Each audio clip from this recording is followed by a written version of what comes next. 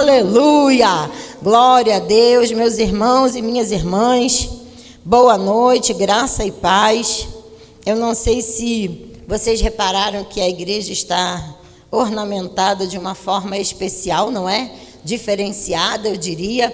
Hoje, para quem ainda não está aqui há bastante tempo ou não conhece ainda, é o nosso primeiro culto de missões, amém? Nós já tivemos o nosso primeiro culto pela manhã, no nosso culto da manhã, foi extraordinário, o casal missionário, o irmão Ronaldo e a Liliana estiveram aqui, trazendo notícias do campo, de onde eles chegaram há pouco, não é? Passaram um tempo lá, falaram a respeito dos projetos que estão desenvolvendo da parte de Deus para vidas serem edificadas, transformadas, mudadas e saradas em Moçambique e para onde eles estão voltando para ficar um tempo mais longo. Foi um culto extraordinário, irmãos. De verdade, nós fomos preenchidos, não é?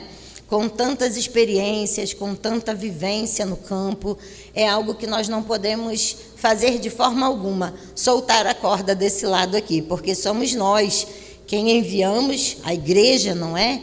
E somos nós quem damos sustento em oração, de fato, investindo e também contribuindo em ir. Como? Indo no nosso dia a dia.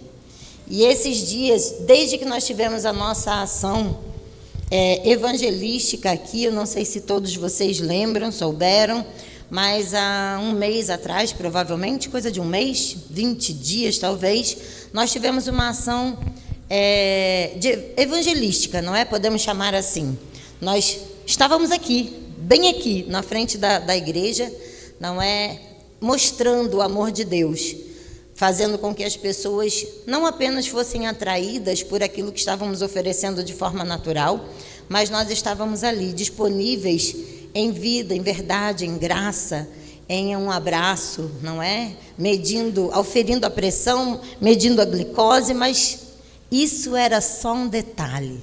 A verdade é que nós vimos e participamos de coisas extraordinárias na vida de tantas pessoas.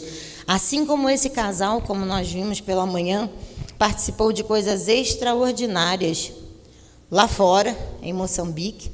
E com certeza, enquanto estavam fazendo missões urbanas aqui também, viveram, nós temos a oportunidade de fazer isso aqui.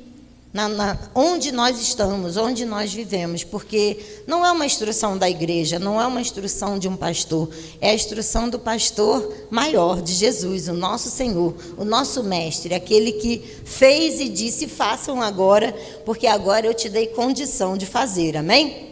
Eu não sei se todos me conhecem, eu sou a irmã Marta, meu esposo está chegando, ele foi levar o nosso filho em casa, ele vai viajar. Nessa madrugada ele vai para a Colômbia, vai a trabalho, mas também, com certeza, onde um cristão pisa os pés, ele não leva apenas o conhecimento natural, mas daquilo que há em cada um de nós, e é o poder de Deus, e é a palavra de Deus, é o amor, e tudo aquilo que nós carregamos da parte de Deus vai ser derramado naquele lugar. Eu tenho certeza que ao longo desses 10, 15 dias que ele estiver lá, grandes coisas acontecerão lá naquele lugar em Bogotá, amém? Aleluia! Cada um de nós tem vivido, eu sei, experiências extraordinárias, mas eu gostaria de pedir para você abrir em João, por favor, no capítulo 4.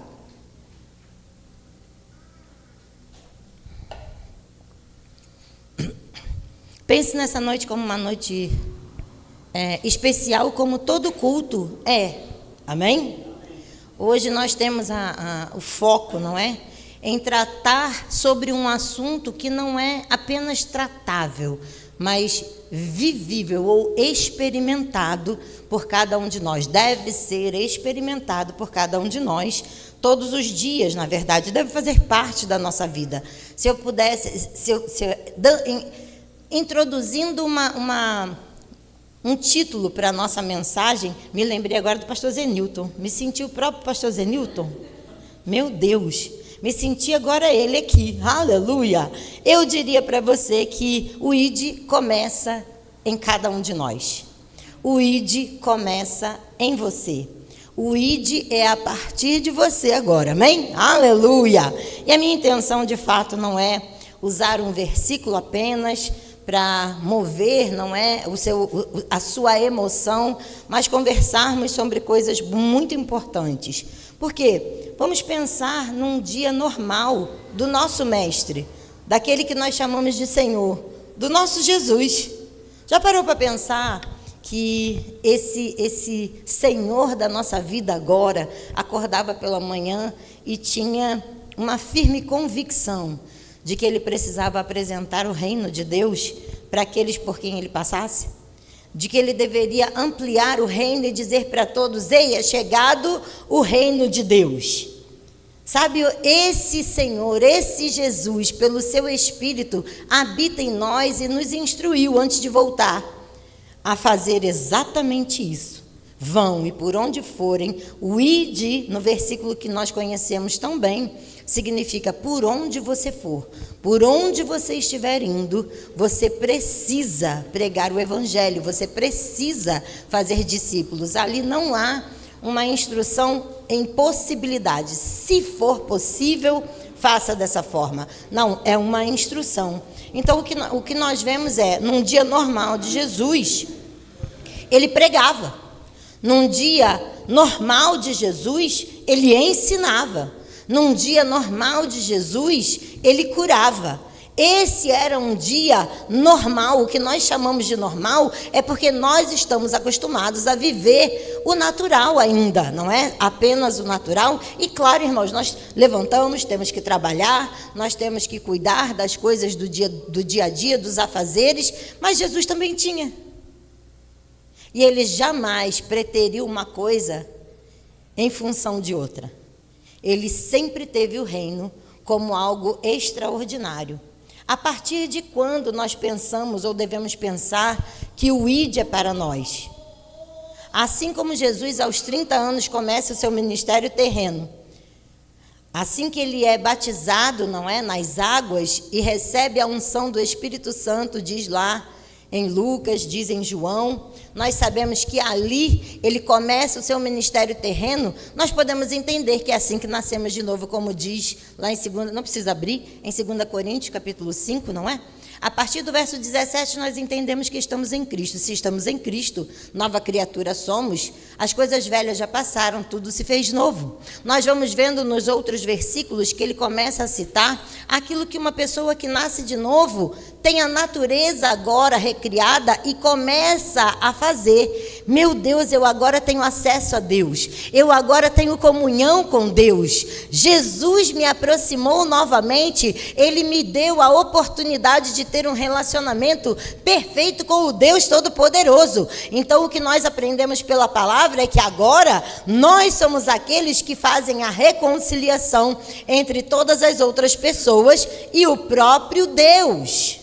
Irmãos, é glorioso demais, é algo tão glorioso que eu acredito que muitas vezes nós não entendamos direito ou achamos que é grande demais para cada um de nós.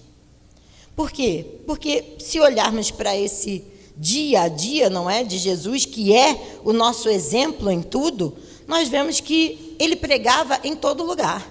Por onde ele ia, ele falava com todos, de todas as formas, onde as pessoas estivessem. E aí eu quero lembrar a você, eu pedi para você abrir lá em João, no capítulo 4, eu falei o capítulo? Falei? Então, lá no capítulo 4, você conhece a história a partir do verso 14, 12, 14, ele está no poço, não é? Está ali descansando, os discípulos haviam ido para a cidade buscar alimento, ele está ali descansando e uma mulher vem tirar água daquele poço. Ele estava no chamado Poço de Jacó e ela vem tirar água naquele poço ao meio-dia, horário que normalmente ninguém fazia.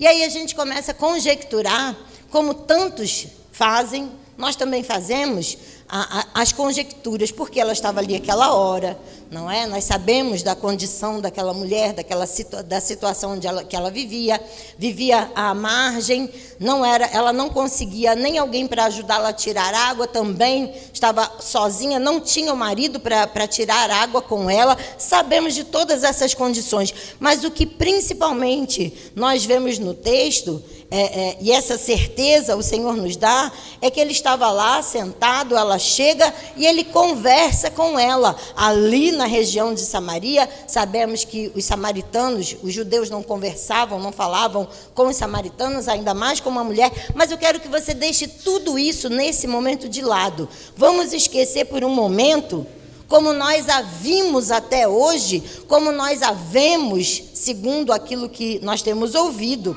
O que nós percebemos pelo texto é que Jesus, sentado ali, vê uma mulher chegar e percebe que ela está cansada, provavelmente com vergonha, muito provavelmente por conta do horário que ela estava indo tirar a água no sol a pino de meio-dia, não é?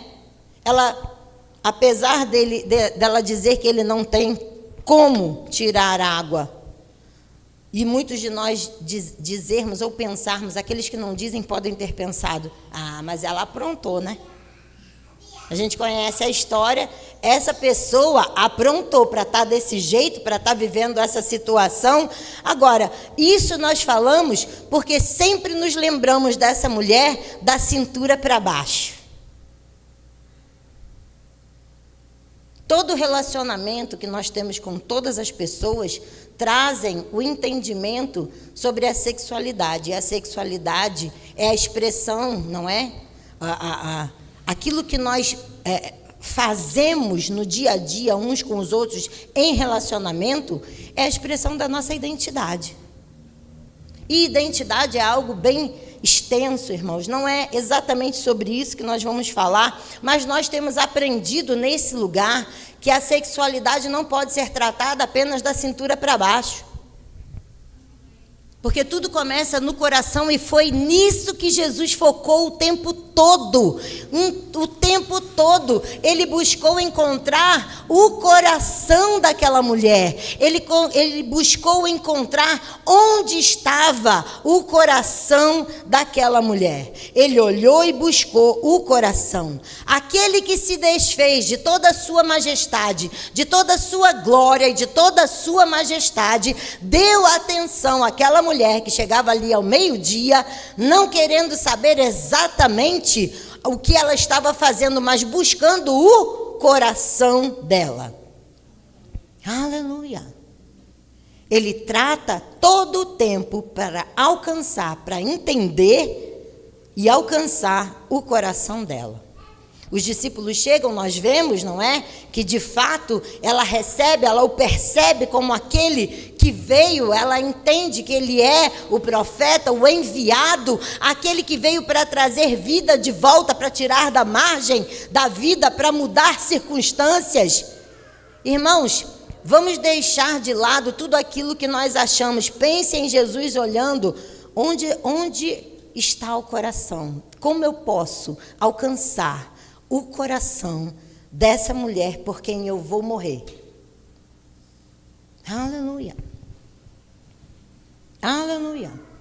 Os discípulos chegam, a situação está formada, ela tendo ido buscar as pessoas, e aí o que eles buscam, acessam enquanto Jesus está ali, é perguntar para ele, ou fazer para ele perguntas completamente, eu não vou dizer aleatórias, não é? Mas dentro daquilo que Jesus estava vivendo, para e pensa, você está ali tentando encontrar o coração de uma pessoa, para direcioná-lo de volta para aquele que é a origem da vida, para mostrar que ela tem onde encontrar vida, e vida em abundância.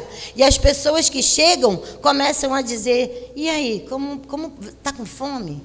O que houve? O que está acontecendo? O que nós vamos ver é Jesus dizer para eles tirarem os olhos do natural. Os versículos vão mostrar que ele diz aos discípulos, vocês estão dizendo que ainda falta tanto tempo, alguns meses até a ceifa. Eu estou dizendo para vocês, tira os olhos do natural, ergue os olhos. Olha além daquilo que é apenas natural, terreno. Você já viu que para olhar para o coração de alguém, você precisa erguer os olhos? Aleluia, aleluia. Jesus disse a eles exatamente isso. Tire os olhos do natural. Olha o que está acontecendo ao redor de vocês. As pessoas estão aí, os campos estão floridos. Aí eu pedi para uma imagem ser projetada para você. De um campo florido. Quando há colheita de flores num campo florido, não há como aquele que colhe não esbarrar nas flores, não esbarrar no campo. Os campos de flores, quando você olha para eles, quando estamos viajando, eles parecem uma única coisa. Não, ninguém vê caminho entre as flores, entre os canteiros. Eles se unem e se esbarram. Quem vai colher vai passar e vai esbarrar nessas flores. E o que estamos sendo chamados nesse tempo é exatamente para entender que nós estamos estabelecendo tempo para as coisas. Mas Jesus, desde lá, disse: ei, o tempo da colheita chegou, já está estabelecido, os campos já estão floridos. Nós esbarramos em pessoas todos os dias, nós vemos corações todos os dias famintos, e muitas vezes não sabem pelo quê. Eles estão famintos de Deus, porque nós nascemos exatamente famintos daquele que nos dá, que nos sacia, que nos alimenta. Aleluia. É importante nós começarmos a ver, a observar. Você olha para essa foto e você pensa nos bilhões de pessoas. Eu não passo por 1 bilhão de pessoas, mas você não consegue deixar, indo para o seu trabalho. Pense em você num trem. Você esbarra naqueles que são para ser colhidos, para serem colhidos. Nos ônibus, nas lotações, muitas vezes nos mercados, no dia a dia, na feira. Onde nós andamos, nós esbarramos nas pessoas, nós esbarramos com pessoas onde moramos, nos locais onde moramos. Eles estão lá, prontos para serem colhidos, corações que precisam ser observados. Onde está esse coração? Como eu posso ajustar esse coração para Deus? Não para mim, não para o dia a dia, mas para Deus que o criou e que o ama tanto quanto me ama, porque o amor dele por cada um deles é Jesus. Tanto quanto é por nós. Tanto quanto é por nós. Chegou o tempo de tirarmos os nossos olhos apenas do que possa estar acontecendo, ou dando, ou colocando em nós mesmos, ou por nós mesmos, estabelecendo ainda falta alguma coisa. Porque se nós pudermos aplicar isso de uma forma bem prática, irmãos, é só nós nos lembrarmos aí da nossa ação missionária. Quantas pessoas prontas passaram por nós, até aquelas que mudavam de calçada, até aquelas que fecharam o rosto, o semblante para nós. Todos eles passavam, iam e vinham, e nós sabíamos, aquele coração é um coração pelo qual Jesus morreu. Jesus morreu por aquele. Nós vimos pessoas atravessarem a rua, nós vimos pessoas passarem e não aceitarem o que tínhamos para oferecer, nós vimos pessoas voltarem e sentarem conosco para ouvirem o que nós tínhamos para dizer, nós vimos grupos que estavam aqui irem para a feira e encontrarem corações disponíveis e corações que achavam que não estavam disponíveis. Nós vimos pessoas rejeitarem crianças que tinham o melhor da vida para oferecer, Jesus. Nós vimos adultos rejeitando o amor de Deus por meio de crianças. Já parou para pensar que se nós levantarmos os nossos olhos nós vamos enxergar cada oportunidade que Deus está nos dando, que Deus preparou para cada um de nós, em relação ao coração do nosso próximo, em relação a um coração que tem fome de Deus e às vezes não sabe disso. E a pergunta que hoje, não é, ao longo desses dias, desde aquela ação, tem se movido no meu coração, e eu vou compartilhar com você nessa noite, é exatamente essa. Quais são, irmãos, as barreiras naturais que nós dizemos ainda, não é? Quais são as barreiras naturais que nós devemos abandonar para cumprir a simples instrução categórica, mas simples, exatamente da colheita do dia a dia? Aleluia! E essa noite não é diferente do que aconteceu pela manhã, irmãos. Você não está aqui para ser de alguma forma amedrontado, entristecido, amargurado, não. Deus está dizendo, eu te dei poder para isso. Eu habito em você e a minha força é suficiente para que você consiga, para que você não tema, para que você não coloque os aindas, não é, na frente daquilo que possa ser o momento certo. Os campos estão floridos. Amém? Por quê? Porque essa passagem que nós vemos de Jesus dizer, você diz que ainda faltam, vocês dizem que ainda falta tanto tempo para a colheita. Eu digo para vocês que chegou o tempo. Já está no tempo, os campos já estão floridos. O que essa passagem mostra é exatamente esse convite do Senhor, para que nós não esperemos o nosso momento certo, para que nós não esperemos o nosso ainda, mas para que nós possamos agir no tempo que nós dizemos é o tempo de Deus. O tempo de Deus é agora. Nós somos salvos agora. Nós vivemos para o agora. Nós sabemos que Ele é o nosso amanhã. E por isso não temos medo do agora. Marcos 16, eu gostaria que você abrisse lá o Evangelho de Marcos. Aleluia! Às vezes eu fico pensando a respeito. Será que a gente tem atentado de verdade àquilo que Jesus instruiu? Marcos 16, o verso 15, está escrito. E eu sei que você conhece o verso, amém? Marcos, no capítulo 16, o versículo 15 diz: Ide por todo o mundo e pregai o evangelho a toda a criatura. O evangelho são as boas novas, irmãos. Entende que eu não estou falando hoje a respeito de nós ouvirmos ministrações que são chamadas ministrações de correria, não é de correr, de gritar glória. Não, mas essa é uma ministração de poder para nós mudarmos a vida de tantas pessoas pelas quais nós passamos e muitas vezes não damos importância.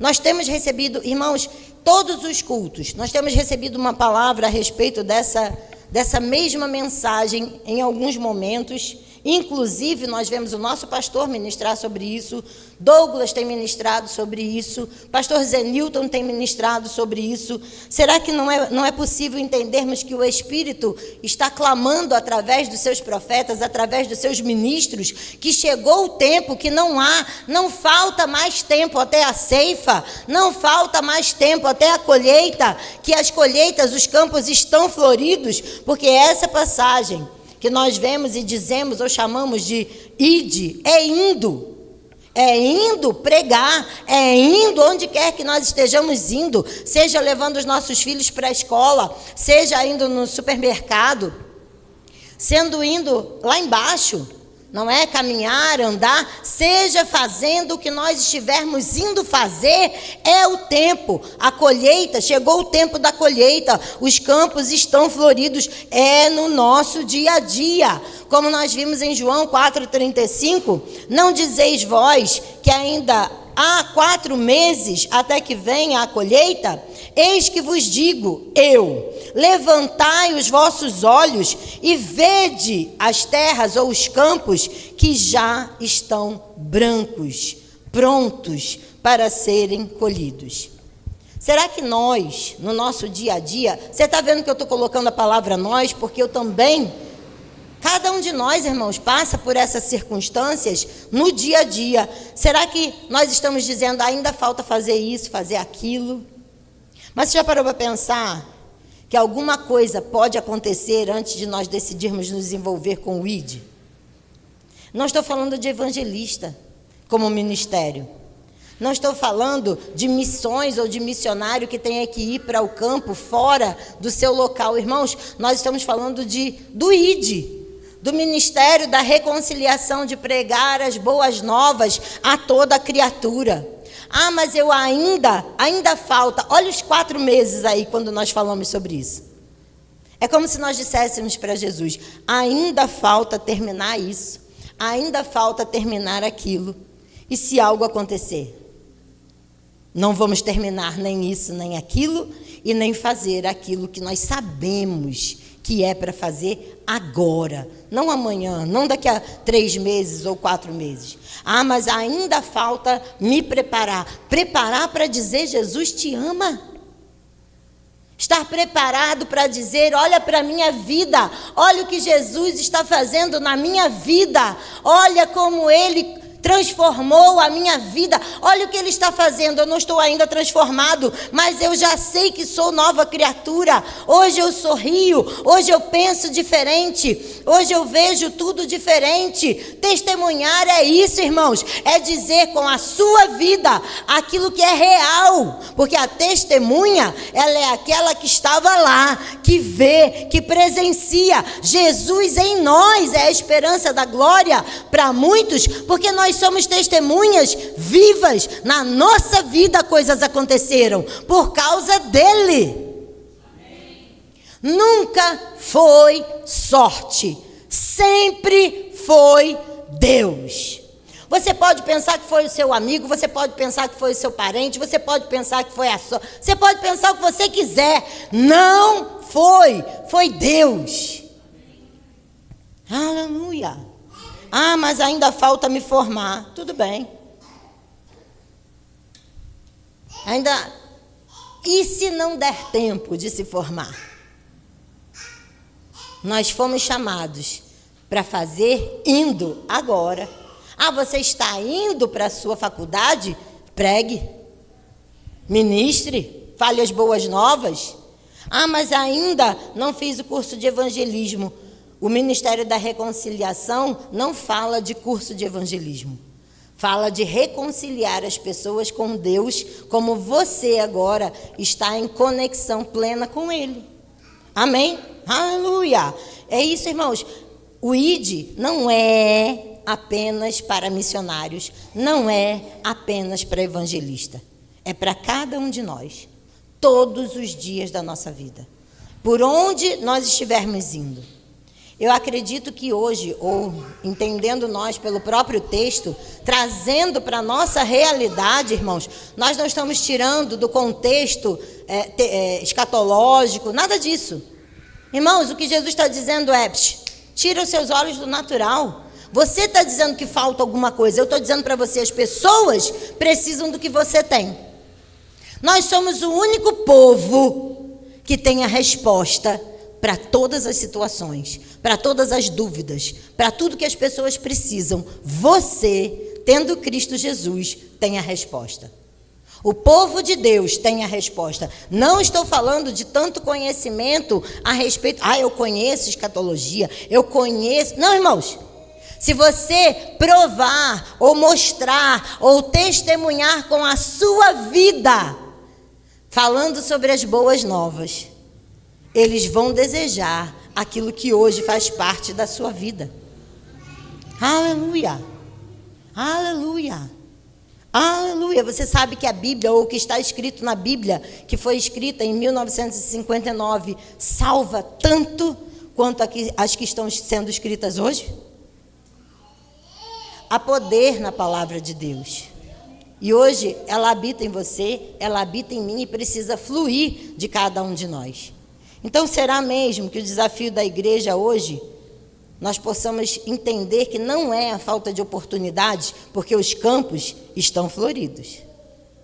Então, qual seria o desafio? Exatamente, provavelmente, à disposição para nos enxergarmos como aquele que Jesus está dizendo: ei, ide e pregai o evangelho, porque os campos já estão floridos e você já está esbarrando neles. Você pode, Bia, você pode pôr a foto novamente? A imagem novamente? Você é aquele ali, ou aquela ali da foto. Você esbarra nas pessoas e nos corações que Jesus se entregou por eles todos os dias. Todos os dias. Todos os dias. Repito, irmãos, nós tivemos uma ação missionária, evangelística aqui. A igreja promoveu. Quem realizou? Vocês. Nós. Nós, corpo de Cristo, nós, igreja. Quem veio, viu exatamente o que eu falei. O retrato daquilo que o mundo precisa. Jesus. Amém? E eu não estou dizendo, irmãos, que quem não veio ou quem não esteve, simplesmente não quis vir. Eu sei que alguns estavam com compromisso, trabalhando, mas o que nós vimos foram pessoas solitárias, pessoas desesperadas, pessoas com barreira contra a luz, porque estão em trevas, porque não queriam receber o evangelho e as boas novas, porque eles estão perdidos, eles estão nas trevas. As notícias que eles têm são terríveis. Pense, irmãos, evitar a inocência de uma criança com uma flor na mão, com a vida na mão, com um presente na mão e uma simples frase: Jesus te ama. Nós vimos isso. Pessoas mudando de calçada, irmãos. Mas nós também tivemos a oportunidade de ver pais abrirem as portas do carro aqui em frente à nossa igreja e chamarem a atenção do filho sentado atrás e dizerem: filho, ei, filho, olha ali o palhaço Alegria. E a criança olhar para cá e as janelas serem abertas e nós termos a oportunidade de falar de Jesus, do amor de Jesus, de entregar um panfleto que o fez meditar sobre aquilo. Nós também vimos pessoas dizerem: eu vou ali e já volto. E voltarem mesmo. Pessoas, sabe, de todas as idades, idosos indo, chegando, passando aquele domingo, amanhã de sábado, perdão, solitários. Eu vou ali na padaria e eu volto. Eu fico imaginando aquele senhor sentado na padaria sozinho, rindo do quê? Das piadas de um celular? Ele voltou, nós conversamos com ele pelo menos 30 a 40 minutos, ele saiu muito feliz daqui, nós conversamos sobre muitas coisas e ele disse: o amor de Deus é perceptível aqui. Nós vimos pessoas que costumam frequentar a academia chegarem aqui como valentões. Mas quando sentaram na cadeira, na oportunidade de estarem ouvindo do amor de Deus, de receberem um abraço do nosso irmão Douglas, não é? Do nosso irmão Luan. O Luan, meu Deus, o Luan atraiu as pessoas sem oportunidade, que estavam com fome na rua. Nós sentimos compaixão, mas foi ele quem abraçou. Nós demos o pão, nós demos o café, mas ele sentou com aquele homem. Ele o abraçou independente do que estava vendo, da aparência, independente do cheiro, independente de... Sabe a pessoa que eu falei da musculação? Ele sentou aí todo pomposo. E sim, querendo mostrar uma figura natural. Nós o vimos chorar como criança, ao receber um abraço verdadeiro, ao receber a instrução das boas novas e saber que ele é amado, independente do que ele faça, porque do outro lado dele, ele viu exatamente essa pessoa que eu disse, que muitos não tocariam e nem abraçariam. Mas ele viu: eu estou sendo abraçado exatamente como aquele homem. E ele chorou. E ele disse: isso é amor de Deus. O mesmo amor que abraçou aquele homem que vocês não conhecem, que ao meu ver está sujo, eu não abraçaria ele, vocês o abraçaram. O mesmo amor está me abraçando. E ele disse que estava sendo curado. Aleluia. Esse poder você tem. Porque ele não é nosso. Ele habita em nós. E ele flui de nós. Ele sarou a nossa vida. Ele deu um novo olhar para todas as coisas, para todas as pessoas. Vimos mulheres voluntariosas sentarem aí e dizerem: o que eu faço agora? E nós dizermos para elas: Jesus é a solução. E elas entenderem isso. E elas receberem essa verdade. A pergunta é, e a pergunta nesse caso nem é só... Irmãos, sinais de trânsito, os carros paravam e nós falávamos do amor de Jesus, do amor de Deus por eles, como Jesus. A pergunta é, e uma das coisas que eu quero nessa noite é que você entenda, essa ministração não é uma cobrança, essa ministração não é para você se sentir de forma alguma mal, mas é para nós localizarmos o nosso coração. Porque quando localizamos o nosso, nós vamos buscar o do outro. Para levá-lo para Deus. Porque Deus é que precisa ter o coração e estar no coração das pessoas. Por quê? Só um grupo tão pequeno de pessoas esteve nesse dia presente. A oportunidade foi para toda a igreja e para quem quisesse estar aqui. Eu sei porque essa questão pode ser resolvida ou respondida de algumas formas. Primeiro, porque muitas pessoas ainda acreditam que missões só é feita por missionários ou por evangelistas, quando, na verdade, missão de cada um que nasce de novo é reconciliar o seu próximo com Deus. Em Mateus, no capítulo 9, o versículo 37 diz assim: Então, Jesus disse aos seus discípulos: a seara é grande, mas poucos são os trabalhadores. Peçam, nós vamos ver agora que Jesus de forma alguma disse, ponto, a seara é grande, mas são poucos os trabalhadores. Já era, a gente vai ter que se virar com o que tem. Não é o que está escrito. O que continua dizendo é, peçam, pois, ao Senhor da seara que envie trabalhadores para a sua seara. Aleluia. E é o que nós precisamos orar, para que cada um de nós tenha o coração disponível para viver isso. Outra resposta para essa pergunta em relação a por que não tínhamos mais pessoas nessa ação, é a igreja pensar ou achar, principalmente aqueles que já conhecem, não é? Os parâmetros, os departamentos, é achar, não, a gente tem um grupo, uma secretaria de missões, são eles que fazem missões. E isso também não é a verdade, porque missões ou reconciliação é para todo aquele que nasceu de novo. Por quê? Porque quem está lá fora está perdido e você foi achado. Você já se perdeu? Depois de grande? Já se perdeu? Eu viajo para dar aulas toda segunda, quarta e sexta, e eu viajo para lugares longe. Eu saio de carro e vou a Atibaia. A última vez estive agora, acabei de ensinar no Rema, em Sorocaba, e agora vou para Atibaia. As estradas são extremamente escuras.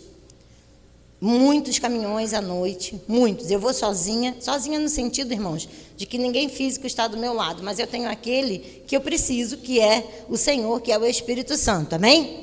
E é por isso que das vezes que eu me perdi, e agora há poucos dias atrás eu também me perdi, eu vi que eu estava indo numa direção completamente diferente da que eu deveria estar, passei da entrada, não sei porquê, não dormi, não passei, eu falei, por que tem um pedágio na minha frente, se o caminho que eu faço de volta, isso já depois, quase 23 horas.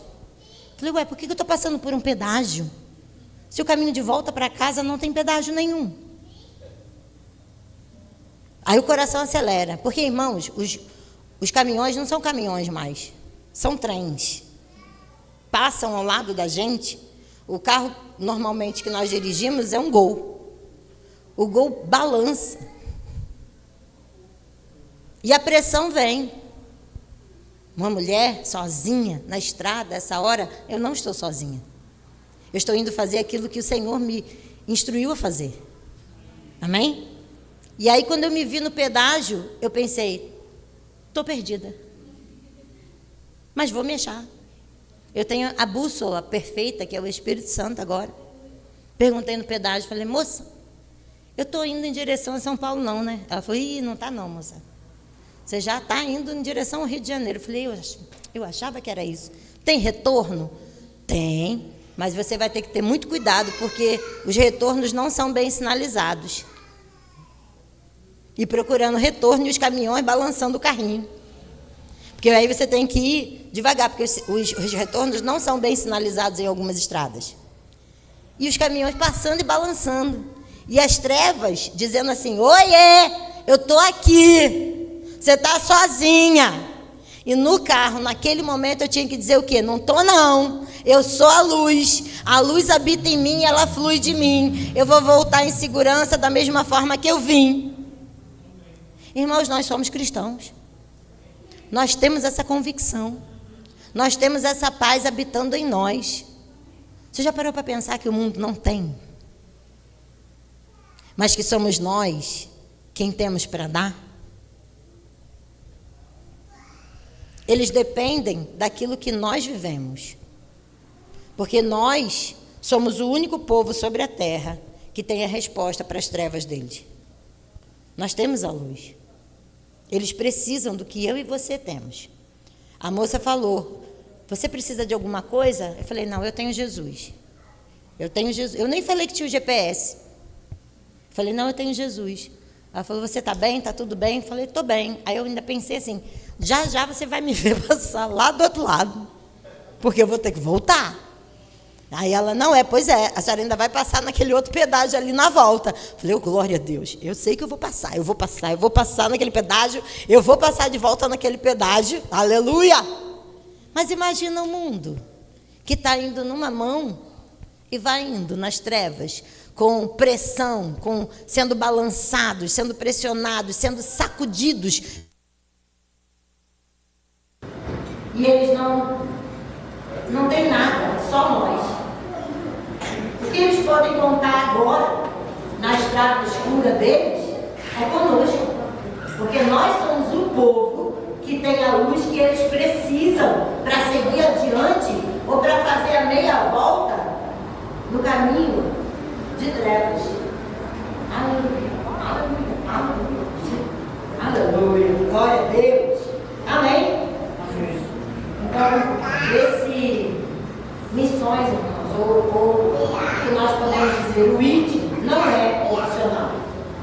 Jesus não sugeriu para nós o ID. Você está vendo que Deus não está de forma alguma pressionando você, Ele só está dizendo, ei, tem poder demais para que aqueles que estão nas trevas não estejam. E esse poder está em você. Eu te dei, eu habito em você, eu te dei esse poder. Então, irmãos, missões não é cargo, não é título, não é departamento, é meio de viver. Nós hoje temos. Sabe o que é missões?